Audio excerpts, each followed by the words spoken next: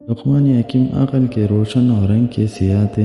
زمانے کے دستور کے مطابق وہ ایک لڑائی میں گرفتار ہو کر غلام بن گئے۔ بکتے بکتے ایک تاجر کے پاس پہنچے۔ اسے معلوم نہ تھا کہ یہ لقمان ہے۔ اس نے آپ کو مزدوری پر لگا دیا۔ وہ آپ سے مزدوری کا کام لیتا تھا۔ ایک دن تاجر نے اپنے سب غلاموں کو باغ میں میوہ چننے بھیجا۔ وہ سب میوہ چن کر کھا گئے اور لقمان کا نام لے دیا۔ آقا بڑا غصہ ہوا۔ لقمان نے کہا، اگر مجھے پر الزام ثابت ہو تو بے شک میں قابل سزا ہوں۔ چوری معلوم کرنے کی ایک تجویز میں بتا دیتا ہوں۔ اگر آپ اصل مجرم کو پکڑنا چاہیں تو اس پر عمل کریں۔ تاجر نے پوچھا، کس طرح؟ لقمان نے عرض کیا، آقا پانی میں لہسن کی پوتی ڈال کر اسے ابال لیں اور ابلا ہوا گرم پانی سب کو پلا کر حکم دیجیے کہ 1 گھنٹہ کھیت میں دوڑیں۔ اس طرح قے آئے گی اور جو کچھ کسی نے کہا ہوگا ظاہر ہو جائے گا۔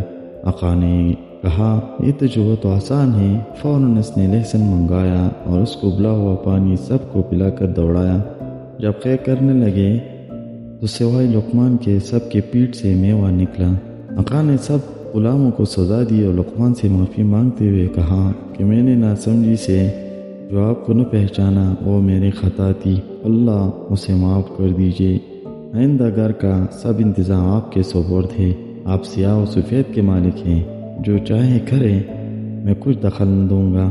جس طرح لقمان کی حکمت سے چوری چھپے پیٹ میں ڈالا ہوا میوہ ظاہر ہو گیا، اسی طرح روز جزا سب کا حلال حرام کمایا ظاہر ہو جائے گا۔